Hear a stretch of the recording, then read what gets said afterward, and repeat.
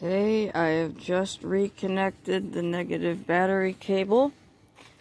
In order to clear out the codes, you need to take the power out and then turn the headlights on or do something to get any residual power out. Now, here are my alligator clips connecting the O2 sensor to the new pigtail and all of that to the wires of the truck. Now let's see what happens when I turn it on. See if the code clears.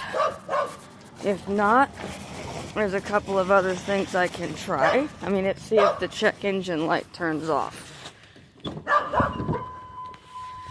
I also have the OBD2 scanner connected.